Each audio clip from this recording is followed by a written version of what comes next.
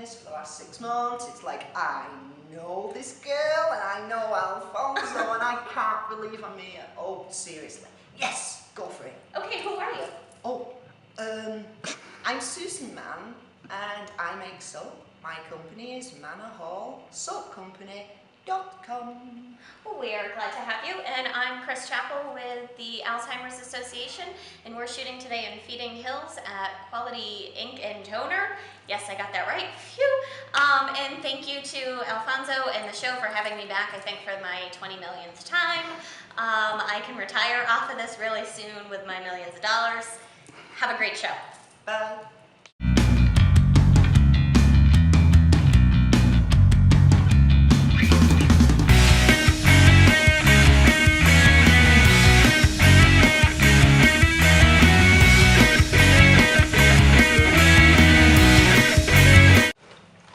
And welcome to another episode of Strictly Business. We're shooting at Quality Ink and Toner in Feeding Hills. Susan, Christina, thank you so much for coming on. Hi. And we'll get right into our topics. First up, Fast Company launched 100 Creative Business People of the Year, and Huffington Post kind of cut it down to who they thought their top 10 was.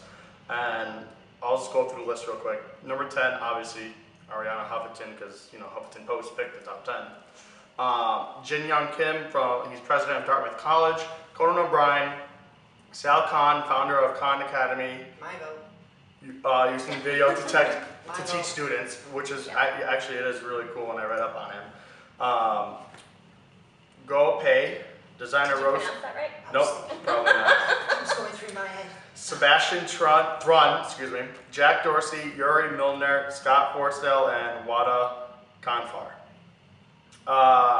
Sebastian Thrun actually created the self-driving car, or the car that drives itself, which is really cool. It's going to be really popular if you're drinking and driving. Yeah. Is this a self-driving car? Yeah, a car that can You drive can have that. Oh itself. my god, I've died and gone to heaven. I can just sit there and drive over. I like it. Yes. So these people have definitely done a lot. I get a kick that Conan O'Brien's on there. Did you see the cover of Fast Company? Yes. The cover is really funny, but I don't know why he actually made. When you think of, and I'm not saying he's not important, but when you think of everybody else on that list, like the president of Dartmouth, Twitter and Foursquare, and Ariana Huffington, and then you've got Conan O'Brien, it just doesn't fit. Yeah, no, I don't really see that either, but he made the top 10 even. So. Well, you don't see that he's like creative. He is creative, but I would see more in the entertainment side compared to the business side. Yeah, that's my problem. Yeah. Do I have a problem, Conan? No, I don't mean I got a problem, Conan. Yeah. But, director of the Al Jazeera network on there, versus Conan O'Brien. Exactly. It's creative. And the guy. If the right guy, you are. Conan O'Brien's going on Al Jazeera next. Yeah. Late night on Al If Jazeera. Conan wanted to have a good show, he should have all 100 people go on the show. Next up. 10 people. 10 people. Well, Fast Company 100. Yes. Next up, Liberty Media makes $1 billion bid to acquire Barnes & Noble. If you don't, I'm sorry, are we discussing this now? Like, is that it? Are we going back to do you want to, is there something you want to say? Like, I just got to say, Sal Khan, I was so bowled over when I looked into who he is and what he's done. Like, he's done videos for kids. CalmAcademic.org. CalmAcademy.org. I went there. They have got countless videos. I learned this afternoon how to do, get this, long division. Oh my god, it was so simple. He's using colours, numbers. Yeah. It's like, You get points and badges for video interaction and winning. Like, he's turning it into a game where students, I think the article said that they've gotten double scores of what they had previously. That's Well, the think way about to it, math is one of the harder subjects in the United States. So, when everything's in such a gaming industry today, to turn math into a gaming industry makes sense. And not use it like a calculator for everything. And I would have appreciated that when I was younger. yeah. He was referred to as a mathlete. It's like, what a beautiful word. Mathlete. Really? Yes, I was well impressed. Yeah, he's definitely, I didn't know about him at all until I read through the list, so. Do you have a Minister of Education? Do we you have a Minister of Education in America? We have a Department of Education and a Yeah. Secretary of Give Education. that guy the job. We need one. Come on, I'm sorry. Okay. No, that's okay. So if you don't, so back Liberty Media, Liberty Media makes $1 billion bid to acquire Barnes & Noble. If you don't know who Liberty Media is, they own Stars, Encore, the Atlantic Braves, a few other things, and now they won't add Barnes & Noble because it's just like the Atlanta Braves, apparently. But so they I make. was just thinking that. So Barnes & Noble actually went up for sale a couple years ago. Actually, no, summer 2010 it went up for sale. And now Liberty Media actually put in the bid. And I think they were asking for, in 2006 they were worth $3 billion. And so obviously after the economy and online sales of books and just everything that obviously their stocks have dropped. So now they're just making that $1 billion acquisition deal. I don't know. I don't know that there's a lot to say there. It's certainly, I mean, the books, Barnes & Noble, Stars, Encore, the entertainment, the media aspect makes sense. The Atlanta Braves kind of makes sense because it's an entertainment. You're gonna see Barnes & Noble sponsoring the Atlantic Braves everywhere. It surprises me. It doesn't matter whether it's absolute huge corporate America or whether it's just ordinary common garden people. The infighting's amazing. Yeah. It's like schoolyard stuff. You've got some guy called Malone, another one called Riggio, and the other guy in question is Burkle. So you got Riggio, Malone, and Burkle. That sounds like one of these dodgy lawyers. It's just on TV, right? And yeah, he bought the shares, I believe, for 20 million, and he's only being offered 70. That's what I read. And yeah, it was like brought down to base level for me. It's just like struggling in the school. You know, I just wonder, it said in the article, it's, Barnes & Noble's is facing this issue, now I'm having your issue. Facing Not this so easy, issue, is it? No, facing this issue because Amazon and how popular they've become, and you know, certainly we've seen Barnes & Noble come out with the Nook and, you know, to compete with the Kindle, but really, what can Liberty Media do To enhance Barnes & Noble? I mean, if they're already up against a conglomerate of online web, Amazon, what is Liberty Media bringing to the table to enhance Barnes & Noble? I mean, we've lost Borders in most places, so Barnes & Noble still has more of a competitive edge, but how are they going to grow Barnes & Noble? Yeah.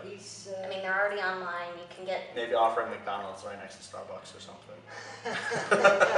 You can't use a Starbucks card in their Starbucks and Barnes & Noble. Are you serious? Yeah, because it's, Starbucks doesn't completely franchise, but it's almost like a franchise. So you actually can't use a Starbucks card because they use Starbucks products, but it's not an actual Starbucks. Oh, get out of here.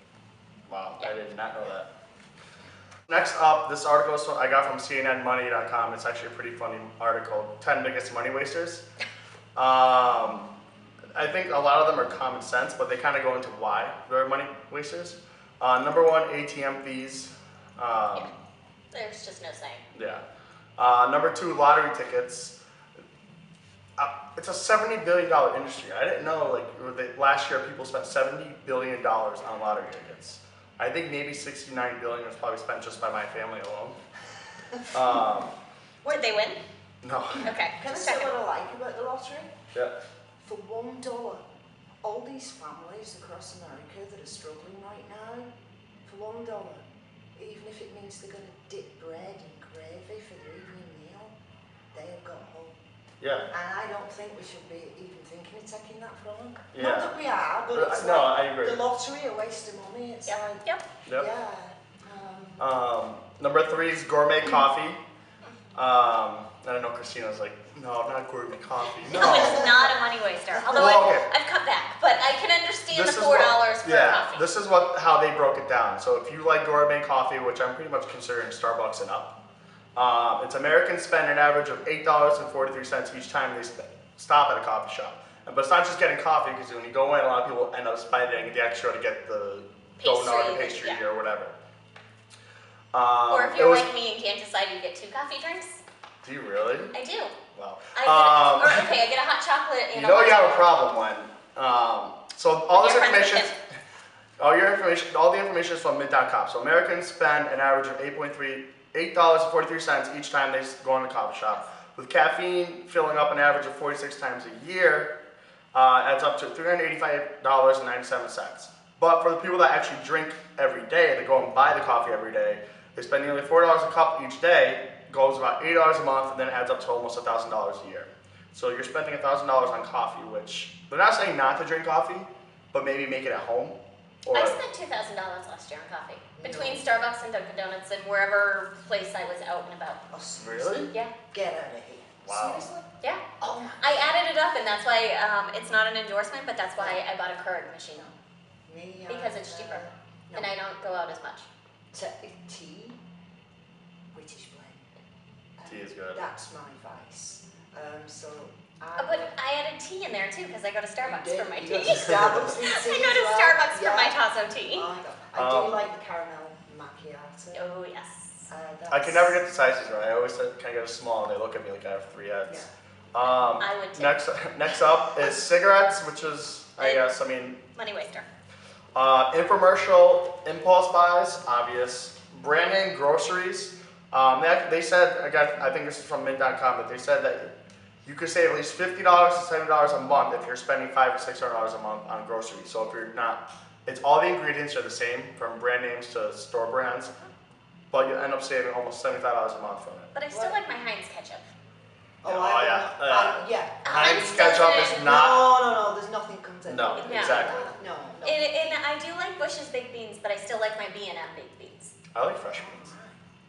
Okay. Well, we're going to your house for fresh beans tonight. The store brands, is this like your black and white packaging as opposed to your like Rice Krispies with the... Yeah, like the generic, Yeah, it's like, you like know, the Stop and Shop. The reality is that doesn't work with kids. It's not Oh, pretty. no. It's like It's- a try. but they don't see it on packaging, TV. Yeah. Like they want what they see on TV, and that's where the brand names come in. They have more Yes. money to spend on advertising, on marketing, and getting the When they name get out a there. generic Wendy's and McDonald's and, A Friendies and a Donald. Next up was eating out, unused gym memberships, daily internet deals, and bundled cable or phone services. basically you and I can't go out to dinner anymore. We're going out to dinner right after this shoot. I use my gym membership though. What was number one? Have we got there yet?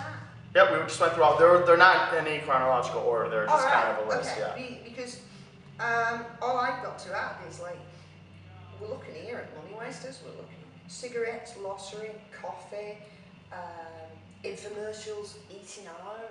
It's like, what's left? That's everything we're wasting money on. Gas! I know. You're wasting money on gas. No one wastes. Well, people are trying to cut back on gas, but it's one of those things that even though it's You're wasting money. I just put Yeah. $52 in my tank and I drive That a little is, 2000 Jenna. $52. No. Back in 2000, I remember it being like 99 cents or less. Yeah.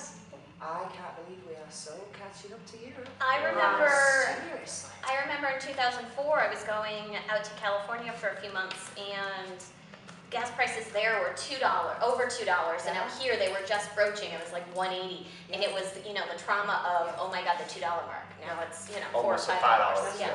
I think we're about back home in England. I think we're about £7 or £8 a gallon. Wow. I'm out of touch. Forgive me if I'm wrong, but I mean that's like something like $11. yeah. In $11. Europe it's Maybe, a lot more. maybe a bit more. I'm not sure on the exchange. You're walking rate. in Italy. Oh, I always walk Okay, when I go there. just making sure. Next up, people want Ronald McDonald to retire. Pretty much people are saying that it's a clown, they're enhancing little kids to eat junk food, which then makes them obese. I think it's just parents complaining their kids are obese and they're blaming it on someone. Ronald McDonald isn't obese.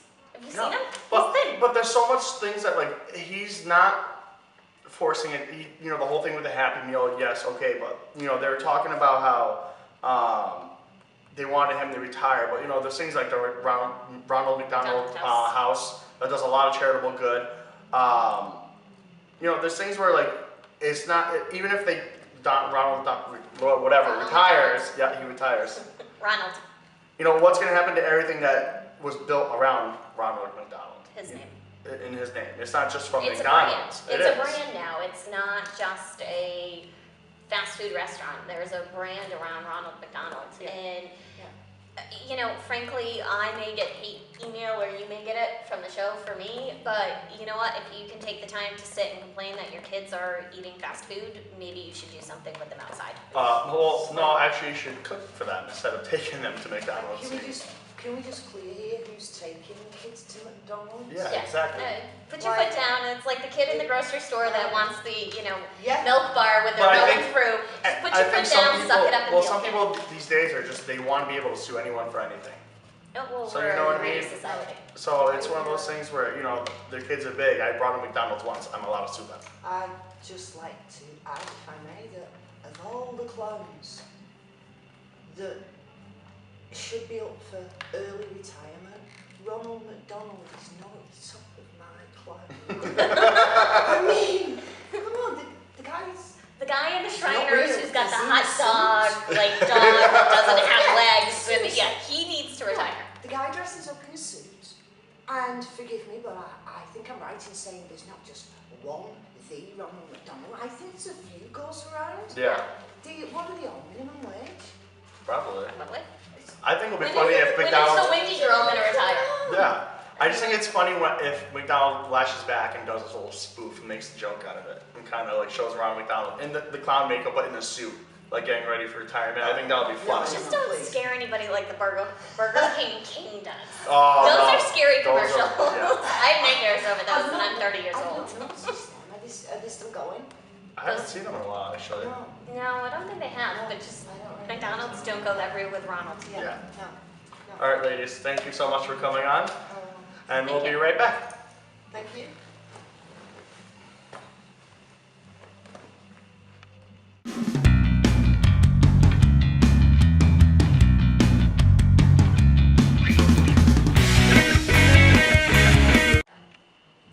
And welcome back to the Strictly Business Spotlight. I'm here with Jeff, owner of Quality Ink and Toner, located in Feeding Hills, Massachusetts. Jeff, thank you for coming on. My pleasure. So what is the history of Quality Ink and Toner?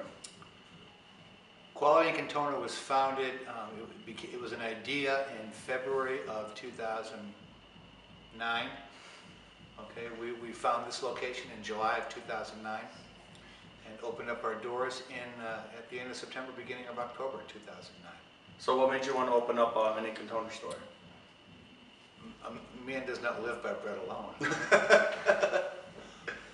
I had lost my job, and rather than continually collect unemployment or become a modern day 20th century vagrant, I looked for ideas, what I could do to support my family, and came across this idea. And we sell nature's milk for printers. That's what we do. So, you know, I mean, I've been in here several times, and I enjoy coming here more compared to like chain stores. Why should people that if they've never stopped in, why should they come in compared to like a Staples or Office Max or anything like that? That's a great question. We hear a lot of things. I have a lot of people that walk in the front door that say, "Oh yeah, this doesn't work." They stand right about where the cameras and they go, "Well, they've never shopped here." The printer companies, Lexmark, the big seven, Lexmark, Dell, Brother, Canon, Epson, those guys, they make 65% of their profit, corporate profit, on ink and toner. Oh wow. HP leads the way. HP is a huge company, and yet 65% of their profit is on their after printer market, Wow, I didn't know that. which is why they give the printers away for practically nothing, because they've got you. I liken it to a drug dealer who gives you your first fix for nothing, and then you're hooked. Yeah, you wheel them in. You have to keep going back. So what's your favorite part about running the store? My favorite part about running this store is there's many, but I guess the number one favorite part is showing people how much money they can save versus buying an OEM product, an original equipment product. We specialize in the aftermarket, the remanufactured or ink cartridges, reinvigorated toner cartridges, and the savings, they're phenomenal. They're absolutely phenomenal. So is there anything you want to tell? First off, what's the website? So if they want to get more information on you. www.saveoninkandtoner.com. And I'll have it. AND. Yeah, I'll have it flashed on here somewhere. So is there anything else you want to tell the viewers about Quality Ink and Toner? Try us, you'll like us.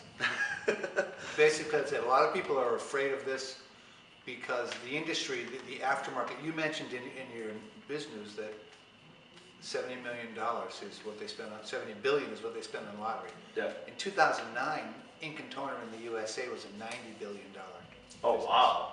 Expected to double by 2015 in this paperless society.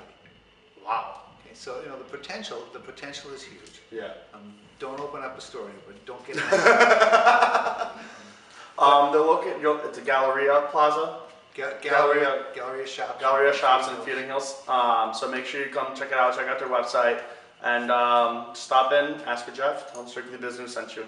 And Jeff, thank you so much. Appreciate it. And we'll be right back. Opus Square in Holyoke, Massachusetts is a mixed-use development that's home to 50 businesses and growing.